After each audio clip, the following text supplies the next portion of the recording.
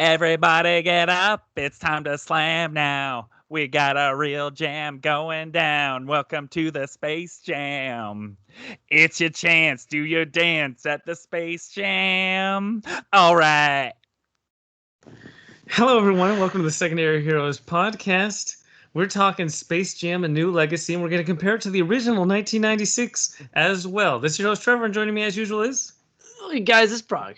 A new legacy? That sounds like an oxymoron. Hey, this is DeLorean Wolfgang.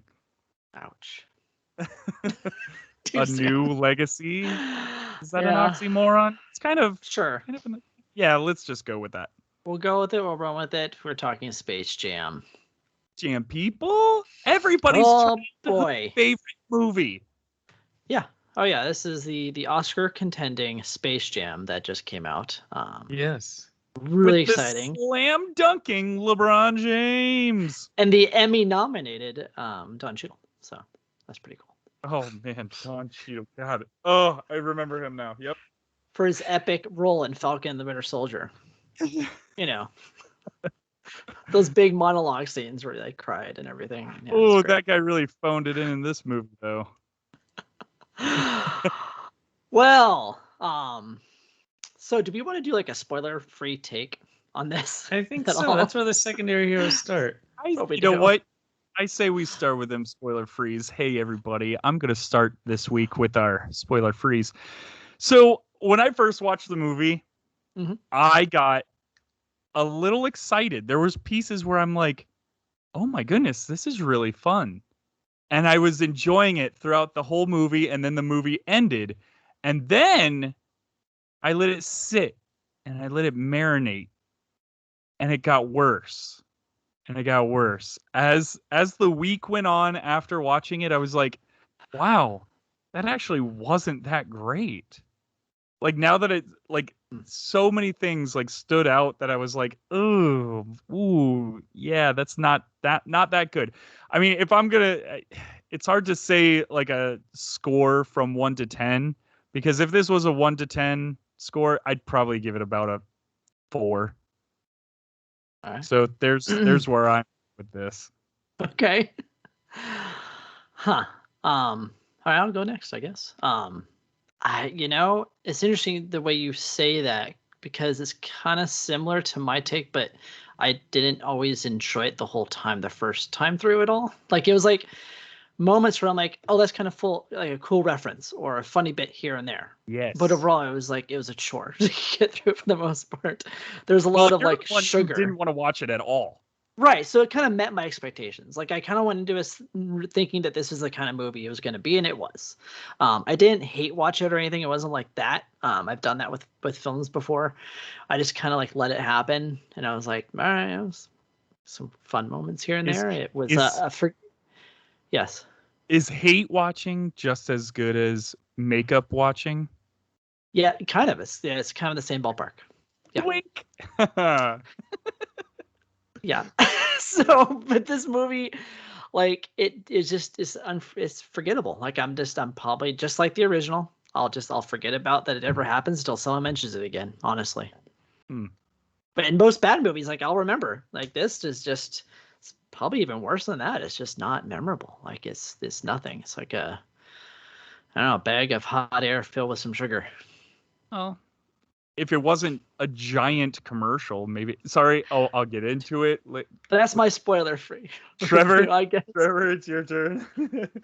So I guess I watched the original the one night, and then I watched the sequel the following night. And so if you take just the sequel in that comparison, it's not even in the same. It's like one is like a student-made school project, and the other one is actual film.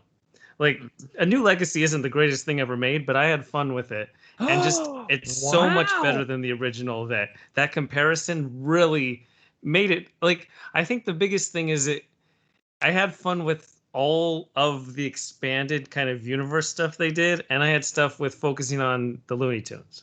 Like, it took a while to set up the story and get in past kind of the stifled, stilted dialogue and characters and acting and all that. But once you actually get into meeting the Looney Tunes, it was fun throughout the rest of the thing.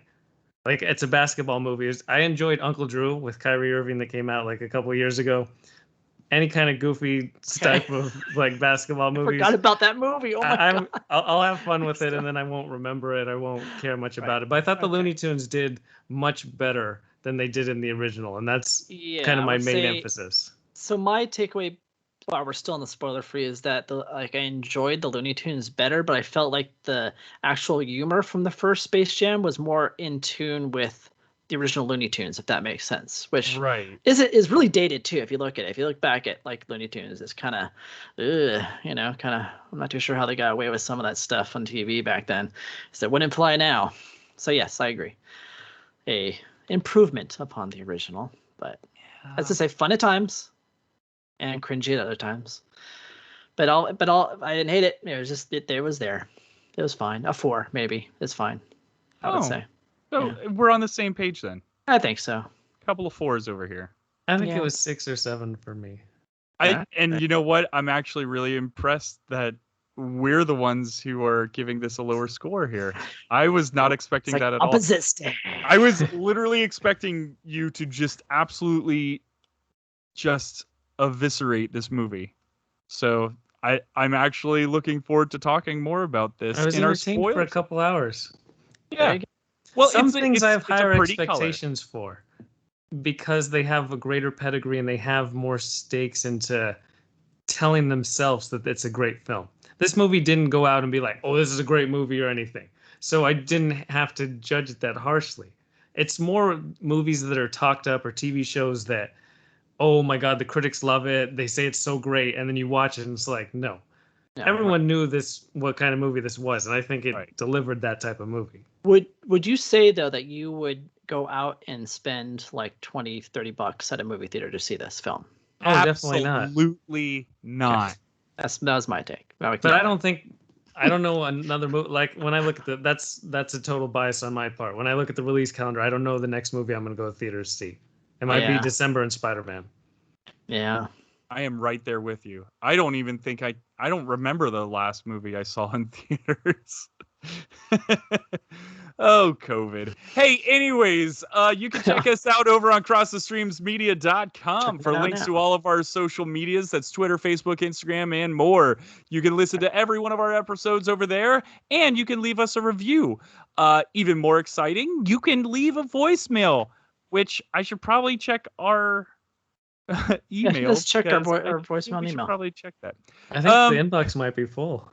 Ooh, well then we're gonna have a lot of fake ones like, "Hey boys, really enjoyed your podcast. You guys should wait a second, that's Alex. That low key good, I tell you." Anyways, that was one of our voicemails. And while you're over there, check out some of our other sister shows like The Dorksman, The Movie Gap, 3 Beers and a Mic, the Dan Aykroyd podcast, Front Row Negative, so many more. And actually, I believe they just added one of our friends, Larry, from the STS guys. He is now a part of the Cross the Streams Media Network.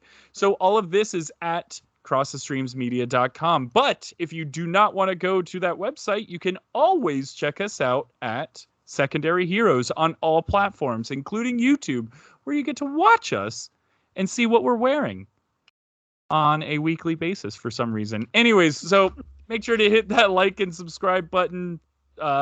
Please, please, please write a review because it actually helps. Surprisingly, writing reviews help. People see the reviews and they listen too. I don't know. But all in all, this is free for you and it's priceless to us. And this episode is sponsored by KFC, Kentucky Foghorn Chicken. I said, see here, boy. I said, see here. Finger looking good. Heck yeah. that right there, that is my uncle. I don't know. I don't know how to do a good foghorn lingo. I just know that he says, I said a see here, boy. A lot. Yes. A lot. Yes. He did a good one in this one. Well, I got to tell you, man, I hated Bugs Bunny's voice. It did not sound like Bugs Bunny this entire movie. Really? I thought it was better than the last one. Like in the original Space Jam, I watched it and I was like, so Daffy and Bugs, those are bad impressions. Those aren't even close facsimile or anything. That's how I felt about this So movie. this one was better. That's weird. Bugs was more off than Daffy. Daffy was really pretty close. Maybe. I feel like Bugs was off in both ones, but that's okay. It's the way it is. He was off, but I still think he's better than the other one. Yeah. If we're gonna be comparing the movies, I think we've got 25 years in between these movies, and the original movie it felt to me actually had stakes, and there actually was a reason for them to play basketball. This movie, I felt like there was no reason to play basketball. They literally could have done this with anything. They could have had a surfing competition. Kelly Slater's Space Jam surfing. You know, it didn't. I feel like the last one had even less stakes than this one. Really? Because the stakes were. I mean, I feel like they tried to make stakes, but it was almost like it was forgettable the reason why. No, I understand that, but I'm asking you, what are the stakes of the original? Well, the original isn't it? The aliens? Yeah.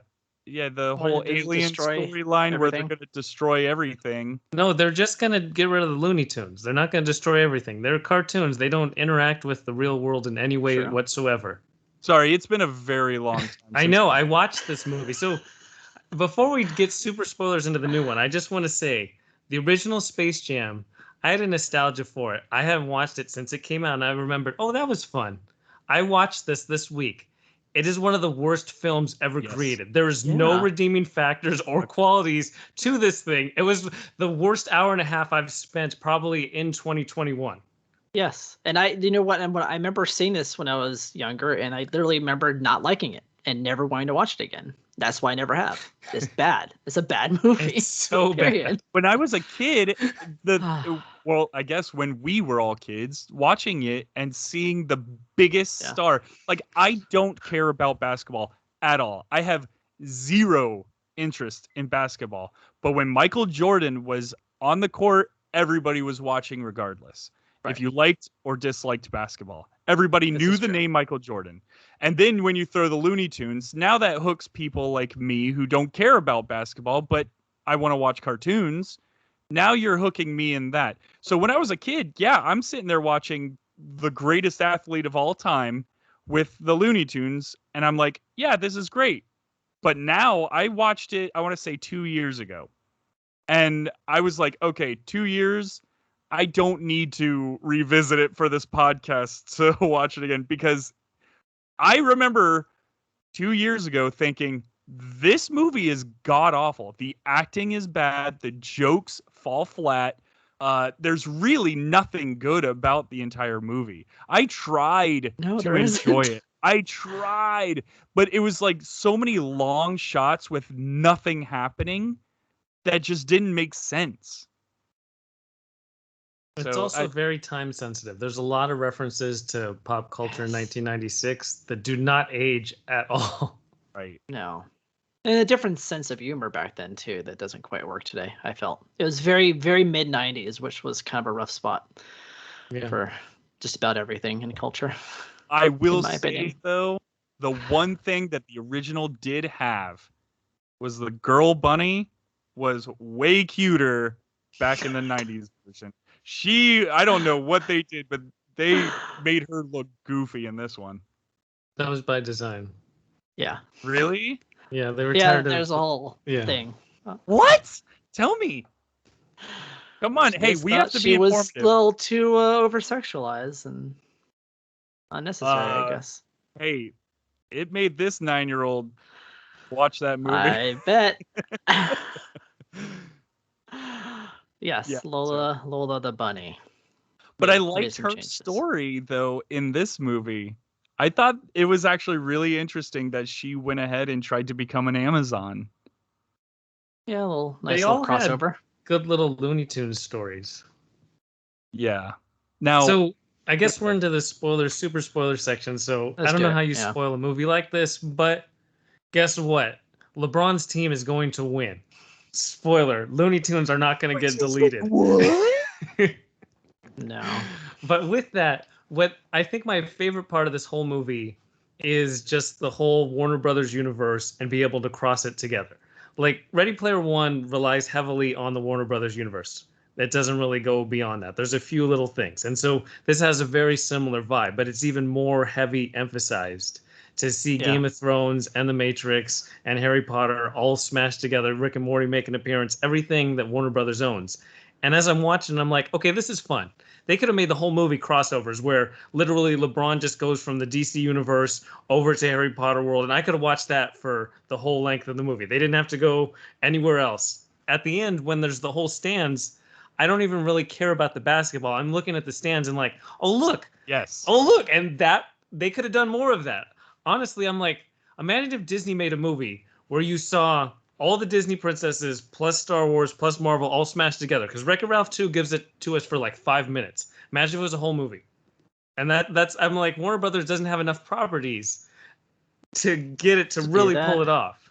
So that was you saying that, it was like, I felt like I put the DVD of Ready Player One in because swinging from planet to planet and you're seeing, I mean, because it was almost like they just ripped off a bunch of scenes straight from Ready Player One. I mean, that's what made me enjoy this movie at first, is I was like, oh my God, yes. Oh, we're doing this. Oh my, yes. Okay. Very cool. At first, when they're going from planet to planet, like, okay, when they go to, Batman and they go Superman. to Metropolis. Yeah, that's Metropolis. Fun. And then you see Superman from the animated series, and it is in the animation style and everything. And it's like, it immediately, I shot back as being a little kid watching Superman, and seeing him again like that was like, wow, this is incredible. Mm-hmm. But it started falling flat as the movie starts going on.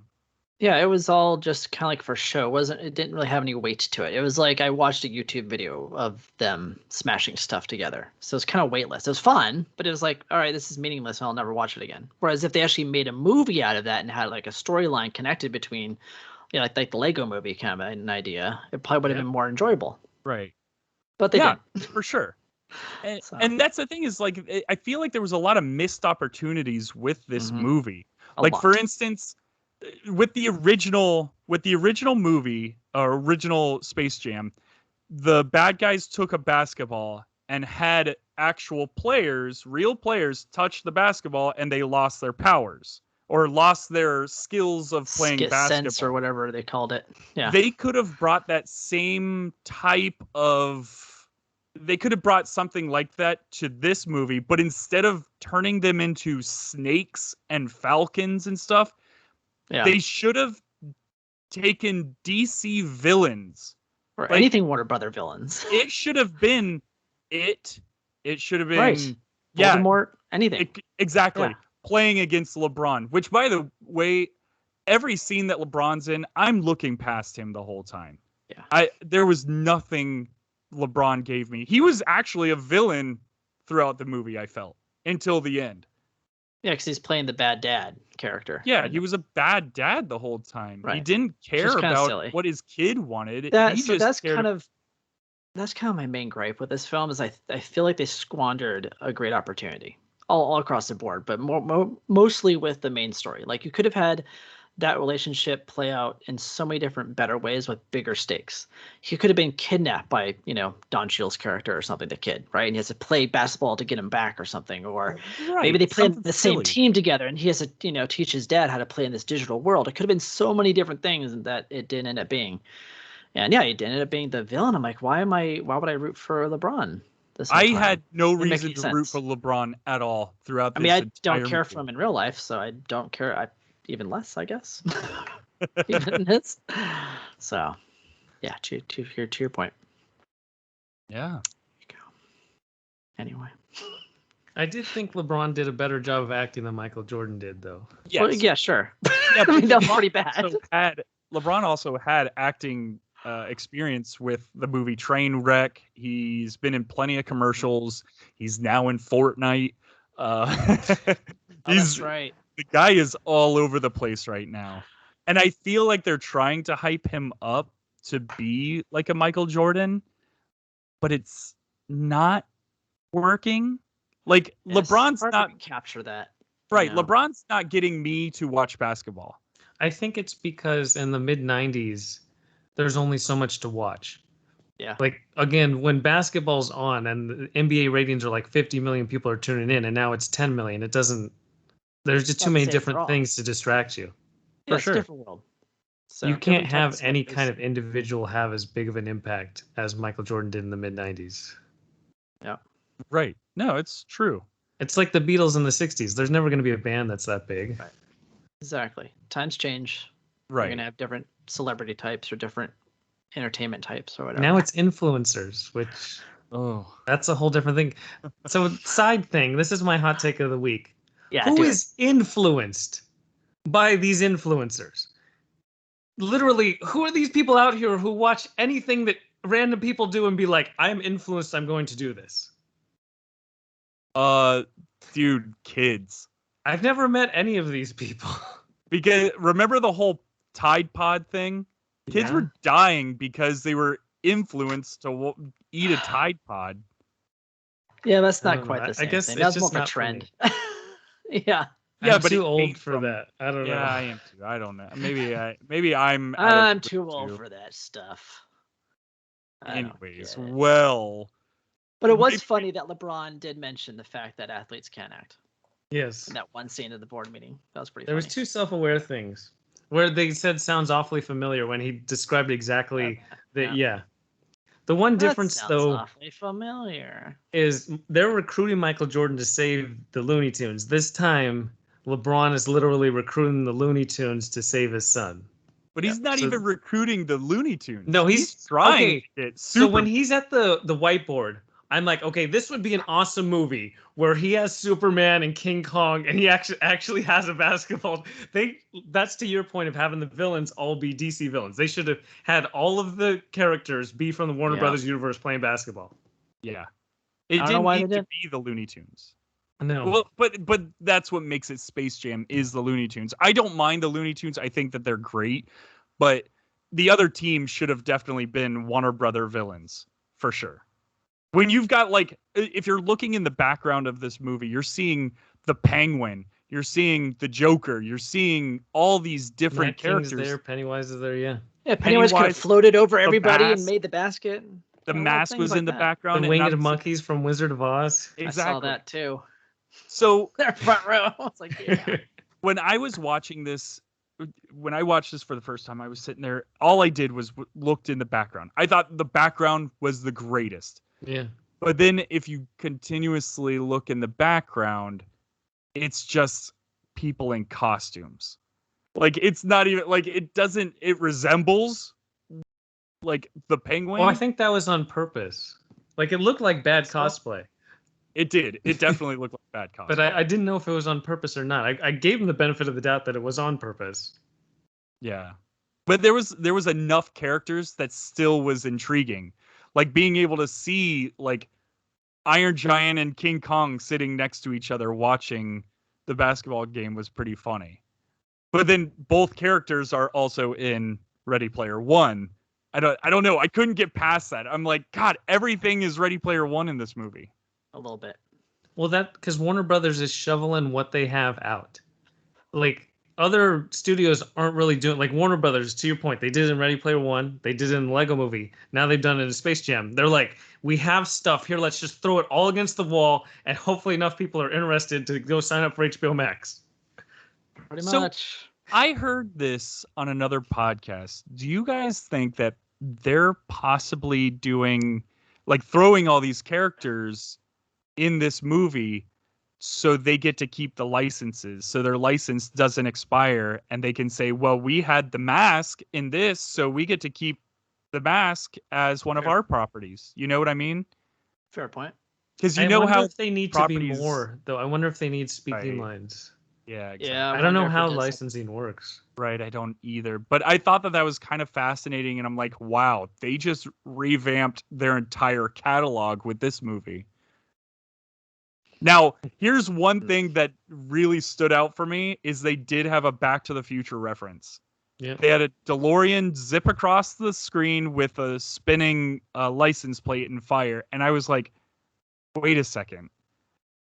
The DeLorean, all of that is all a Universal property. I'm wondering if because of the Ready Player One and having that in Ready Player One being a Universal property, maybe they actually paid for the rights for all of that stuff just to keep it around just a little bit longer to do stuff like this. I don't know. I think it's fascinating that like I don't know what still are Universal properties. That's what's so weird. Yeah, what's left? Because like when you go to Universal Studios, the park has different rights than the actual film rights. Right. Yeah, so they'll have Harry Potter, which doesn't make any sense. Even though it's a Warner Brothers property. Well, and if you go to Islands of Adventure, which is also a Universal property in Florida, they have a whole Marvel section. Like you ride on the Incredible Hulk roller coaster. We talked about this before, right? It's a different licensing thing. Ride. So yeah, it's totally all licensing, which is so fascinating. That how can you have a movie and I don't know. It's almost like you're promoting other companies. I think it'd be fun to bring on somebody in licensing in the entertainment industry onto the podcast at some point just to talk about this. Yeah, just I have no idea. Note. Yeah, it'd be really interesting to see their take. What qualifies, what doesn't. It's super confusing too because like everyone knows that Disney owns Star Wars and Marvel, but beyond that, I don't know what anybody owns anything. No, it's a real hodgepodge right now, you know? Especially with all these new networks coming out, streaming and stuff. You're like, wait, why is this show or why are the Harry Potter movies on Peacock right now? Yeah. Why aren't they on HBO Max? Yeah, it doesn't make any sense. Well, and I think again that's a full on like weird licensing thing that I'm starting to like go and we have a list of movies to watch and it's like 1 week it's like, oh, it's over here and you're like, cool, you sign up for the free trial, you go and it's gone. It's like, what happened? Like Indiana Jones movies, they were on Paramount Plus. I went to watch them and now they're on Showtime and it was just last week. All the time. It's weird with licensing.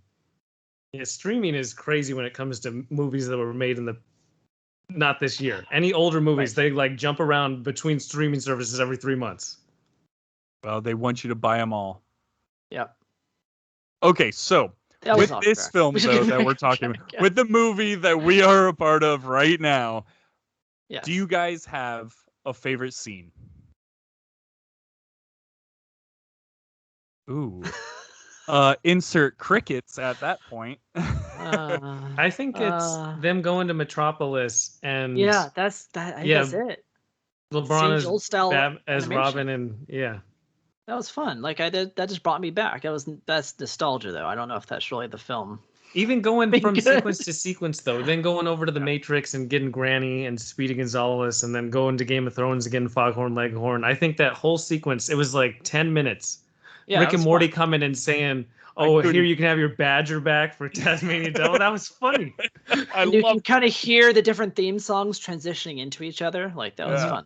So that was my favorite part. I guess. And even the Game of Thrones planet, like it had the those things that are around from. God, yeah, the title credits. It was circling the planet. Yeah, circling the planet like the intro, and I'm like, this is just brilliant. I love that. Yeah, it's just too bad it wasn't the rest of the film. Yeah, they need to make a new movie now where some character, I don't care who it is, goes from Harry Potter over to Game of Thrones, over to Rick and Morty, and just has all kinds of crazy adventures. Right. The animation style and Ready Player 2.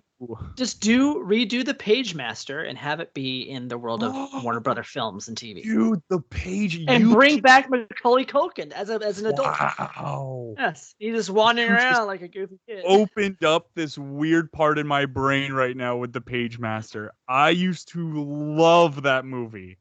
Yeah. Wow. Cool. Well, with this movie, I would say my favorite part was when they brought in Michael Jordan. That was a funny scene. That was so funny to me.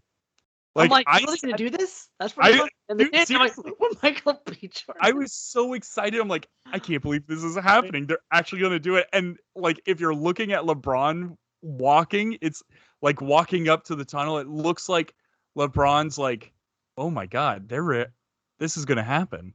Yeah. Like it almost looked like a surprise to him too. And then Michael B. Jordan.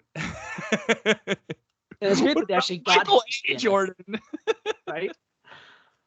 That was a good fun.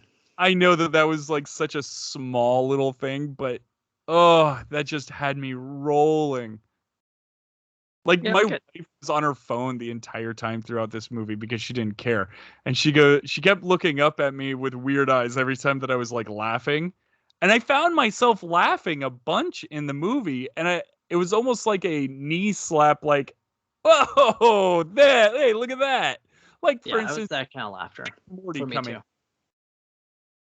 Like when Rick and Morty came in, I'm sitting there going, I knee slapped, going, I can't believe they just did that. Yeah, knee slappers.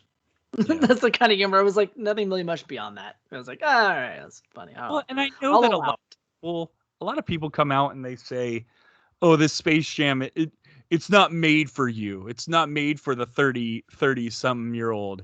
And I'm like, well, hold on. It is made for me. It's supposed to be who it's made for. It's made for people who watch the original. Exactly. It's not made for the 6-year-old kid who doesn't. Well, I mean, yes, it is, but at the same time, if it wasn't for our nostalgia, this would be flopped, just like the Brendan Fraser Looney Tunes movies. Exactly. You guys don't even remember them.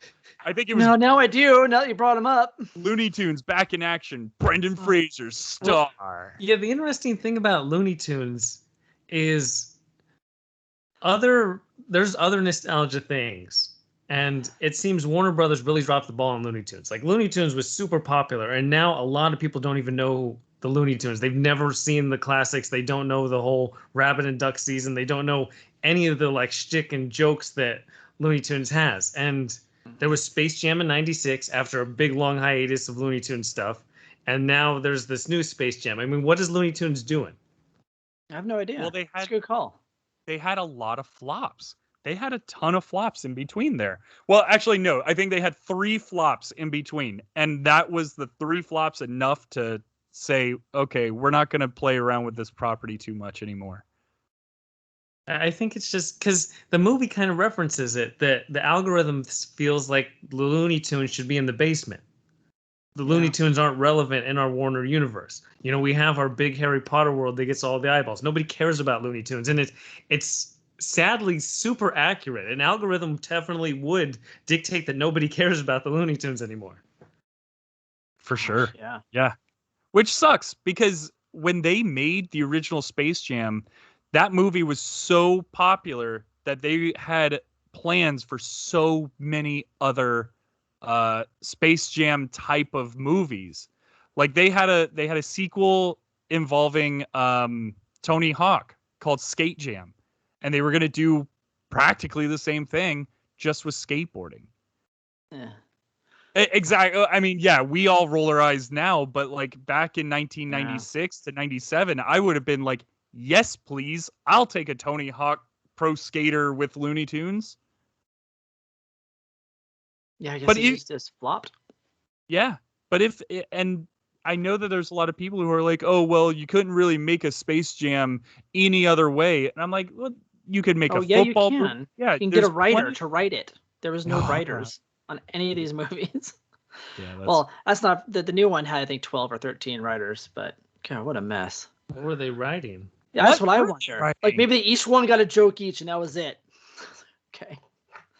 Wow. Oh God. Hey, so at this part, do you think it would be really cool if we brought in Rick and Morty? Yes. Yeah. Great. And they bring in Tasmanian Devil. Yeah. Yeah.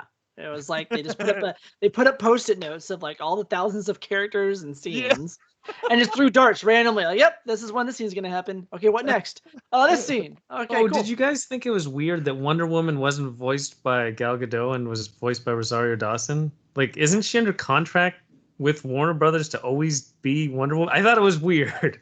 You know, for some reason, I wasn't paying attention to that. For some reason, I was so kind of. I listened to her voice. And I'm like, that's not. Huh. And then I looked at the end credits and it says Rosario Dawson. I'm like, why? Wow, I was not paying attention. Yeah, that's weird. That's weird. Someone contracted by Disney. That putting her was cool though. That, and I know that I touched on this with the girl bunny. What's her name? God, Lola. with Lola being an Amazon or training to be an Amazon, and here comes Bugs about to ruin her chances of ever being an Amazon. I thought that was great. That type of stuff. And again, we touched on how Granny was in the Matrix and all this other stuff. I think those are some of the best parts of the movie. I thought that getting to the basketball scenes felt really rushed. Like I was like, oh wow, we're already playing basketball and we still have 45 minutes left of this movie. The basketball game was a lot longer. So the original basketball game, literally, they go an hour and they haven't even played basketball in the original movie. So I did appreciate that they were getting to basketball sooner just because it's a basketball movie. But the best part of the entire basketball experience was the start of the third quarter when he let the Looney Tunes be Looney Tunes and they did all their crazy things of, replicating stuff and using dynamite. That was fun. I thought that was the best part of the whole basketball sequence because the rest was just NBA Jam or NBA Street. I don't know. Dude, come up with the original game. I know you're 12 developing a game, but I'm just going to go play NBA Jam or NBA Street. Let's go. Yeah. That's all it was. It was kind of a letdown. I was like, all right. Well, but the basketball scene actually was the only reason I enjoyed the basketball part is because I wanted to just sit there and pause frame by frame to see who's in the background. I did not care about who was on the court at all. Yeah, neither did I. I was so zoned out at that scene. It was like I can't tell you what happened other than some old guy with a clock or something kept changing. So Damian Lillard's power was actually pretty cool. That was fine. I just was like, I don't know what's happening anymore. I don't even know. Oh, yeah. He slowed everybody down or something like that. And then Roadrunner, I liked how Roadrunner holds the basketball with his big feather on top of his head. That's fun. Roadrunner's the best, man. I love Roadrunner. Yeah, all the classic Looney Tunes characters are great. Just do more of that next time. Now, you guys... No, don't do it next time. I'm sorry. I'm taking that back from the universe right now. Never make another Space Jam again, ever. Thanks. Well, with the box office that they got, I don't think there will be another one. Yeah, it flopped pretty hard. Yeah. Well, I'm here. I thought it made a ton of money. No, Last sir. I saw it was only like 30 million. It made 30 million on opening night. No, I had to check back, but it was all over the news this week. This week is the second week. Just like Black Widow. They all dropped the second week. Black Widow dropped 69%. It's one of the worst ever in the history of the box office because it's streaming on Disney+. Yeah, apparently it's flopped harder than that, so I don't know. No, but it did. The first week it did really well because that's what had LeBron become the first billion-dollar basketball earner. Ah, nice. I don't know. I had to look into reports more. I just kept hearing it was a flop by people that know more than I do about box office earnings. So it's like, all right.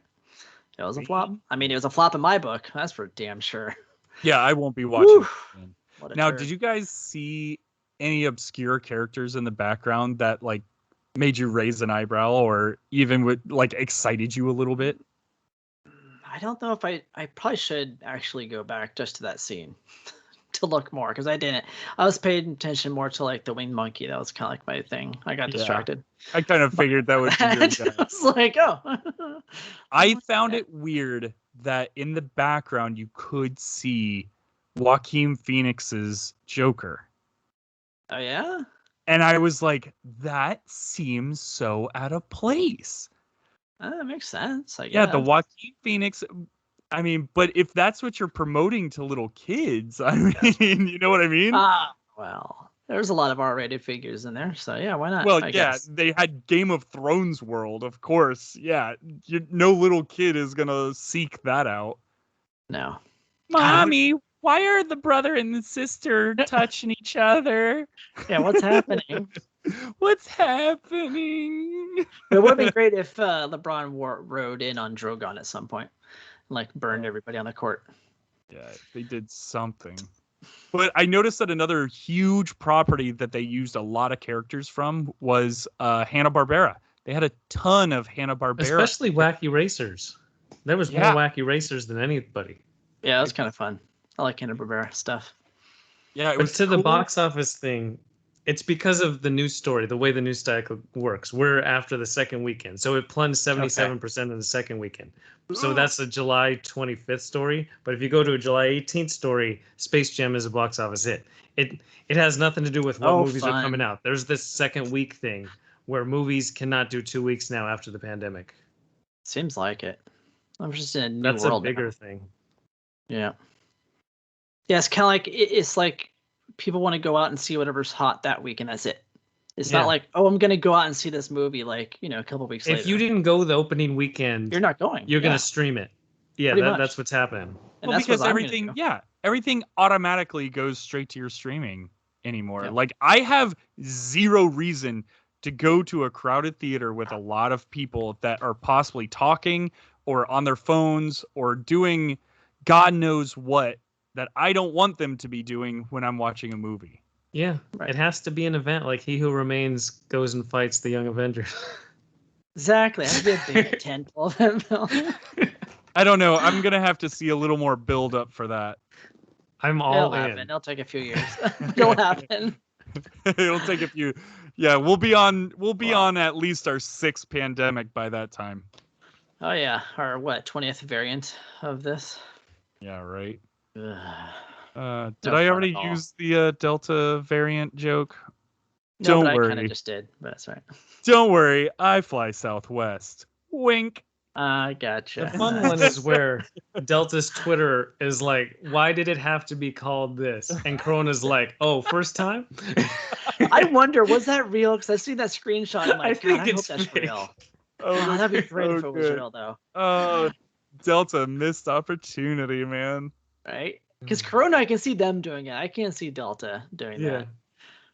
Yeah, did you notice that Corona's marketing was like off the hook, like just going nuts after after coronavirus originally came out? Yeah, of course you had to. You had to like play the defense, right? Play the defense. It's why all these like fast food companies are being so weird now. It's like no one goes to certain ones anymore. They're being like, let's be as wacky and weird as possible. Anyways, that's a whole other story. Wacky wobbly.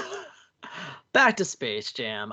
Any other standouts or anything that you guys liked or disliked? Yes. So, yeah. What did you guys... Sam had guns. What did you guys think of the Looney Tunes in 3D?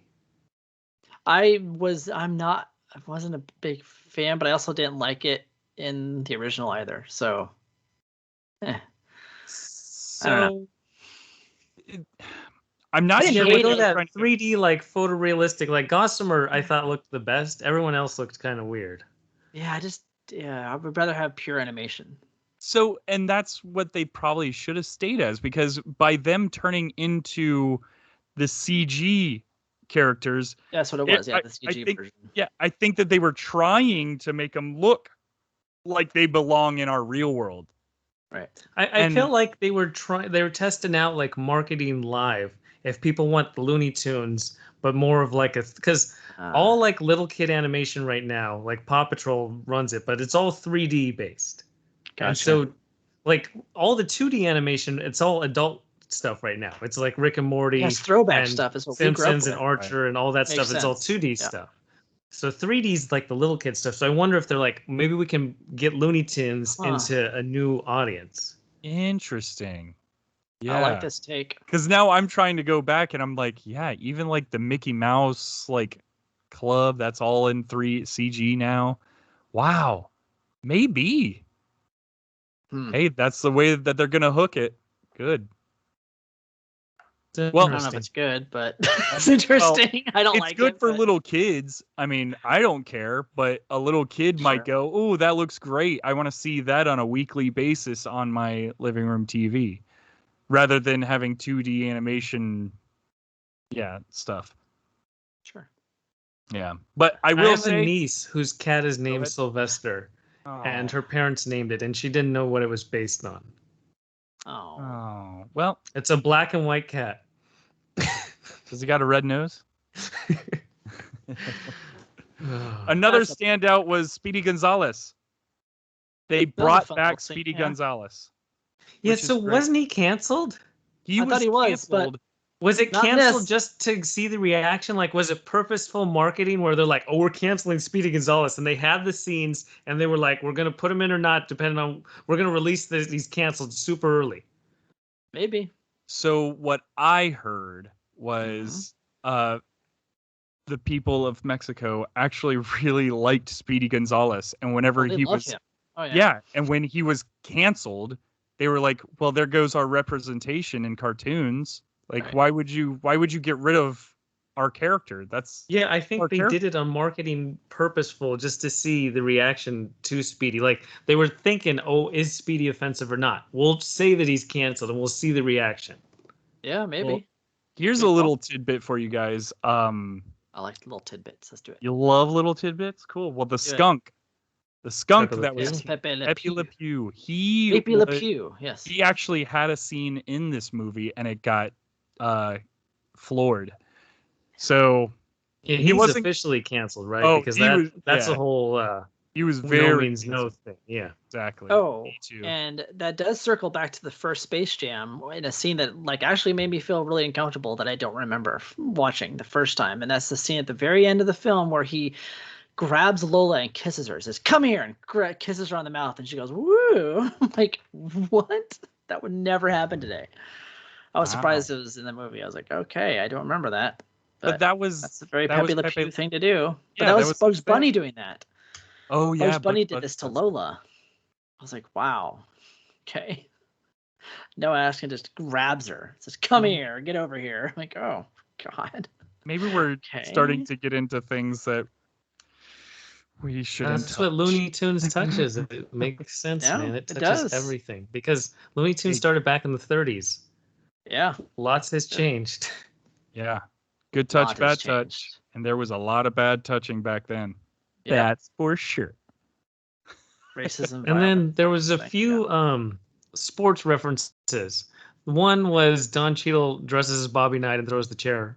And then the next is he dresses as Bill Belichick and just has the hoodie on and is like calling plays. I didn't know why that was relevant. But then there's a few things where Diana Taurasi, where she's the snake chick, tells, "Come chase this down." And that's reference to LeBron beating the Warriors where he comes and chases down Roger Goodella.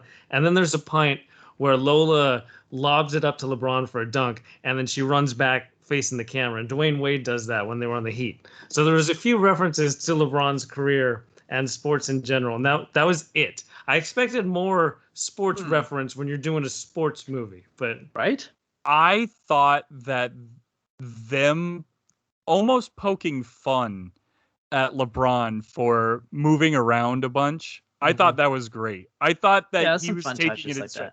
Yeah, I like that he pretty much took that all in stride and whatnot because they were like, yeah, who knows where you're going to be next year or whatever type of thing. Because, I mean, he jumped around from Cleveland to Miami, then back to Cleveland, then to the Lakers. So they hinted or they touched on all of that during the intro graphics, which was great.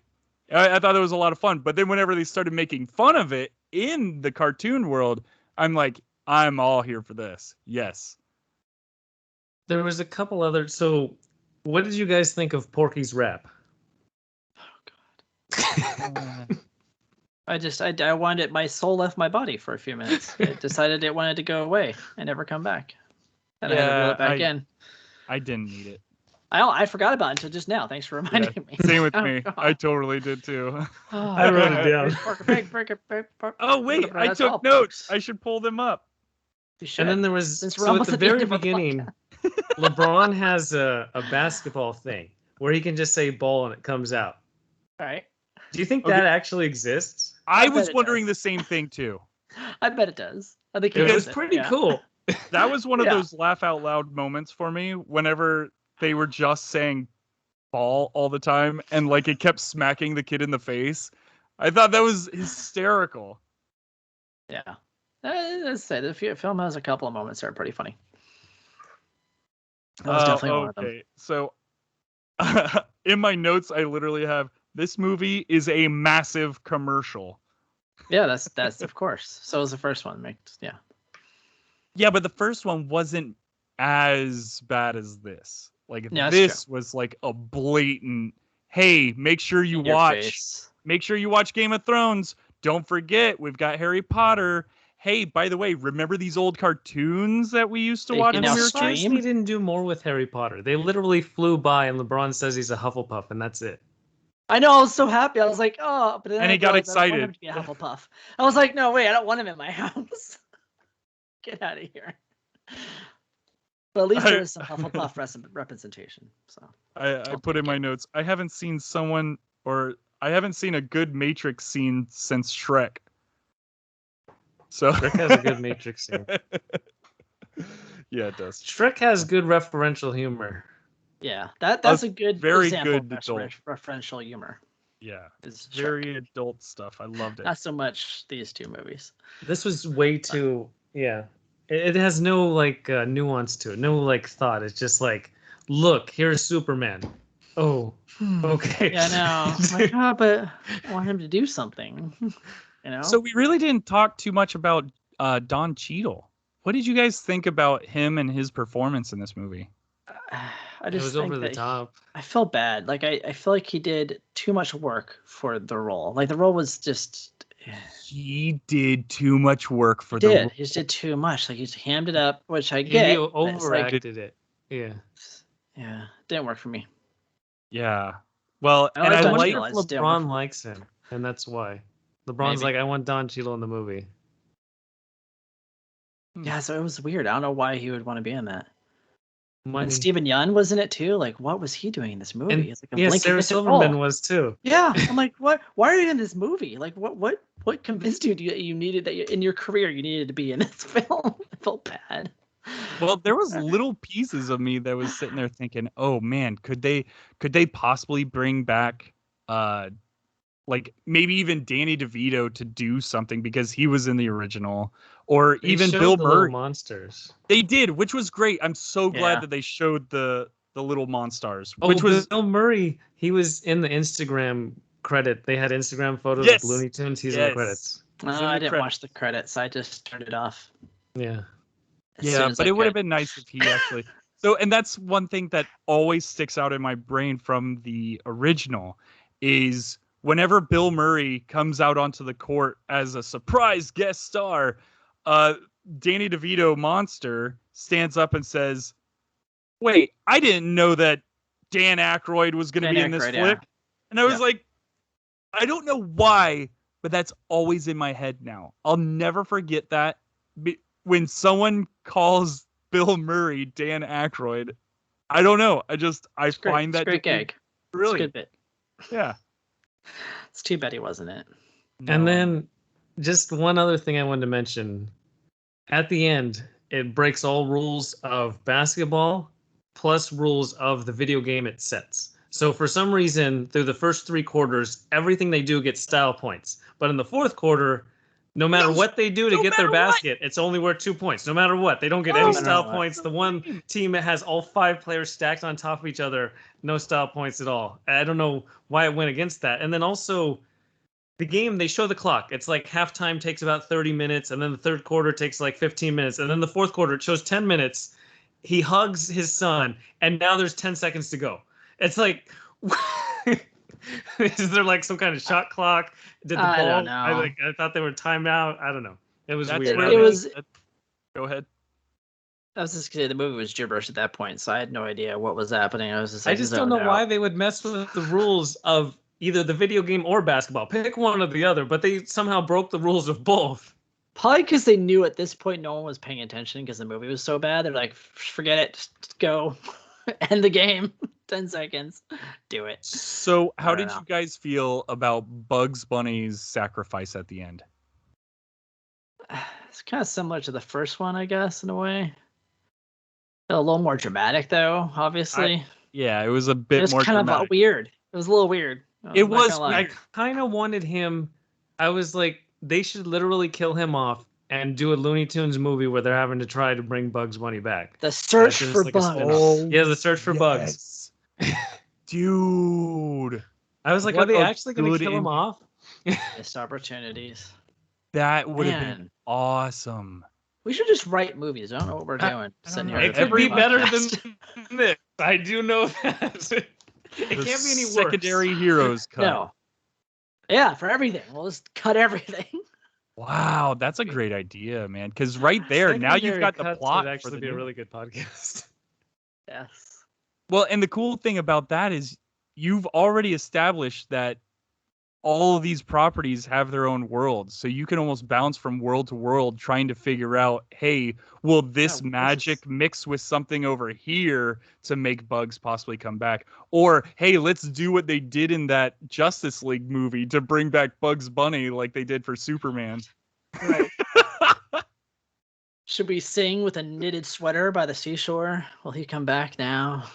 Oh, God. Oh, no. Ugh. Some Nordic tale of woe. I'm thinking of Roadrunner with the Tesseract-looking thing on his head, speeding through the tunnel, and then touching the water at the right point while Bugs is laying there dead in the mucky water. Oh, perfect. So good. Let's just do Justice League with the Bugs.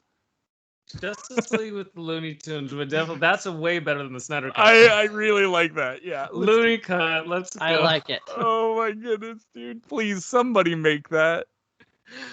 Warner Brothers, please just do it. Warner Brothers is busy making weird stuff. God, I don't even know what they're Mortal making Kombat anymore. movies. Oh, that's true.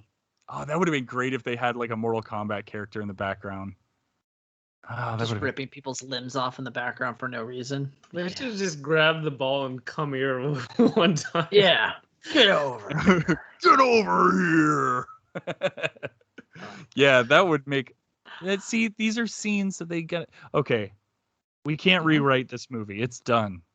It's over. Space Jam, a better legacy. A better legacy. A secondary legacy.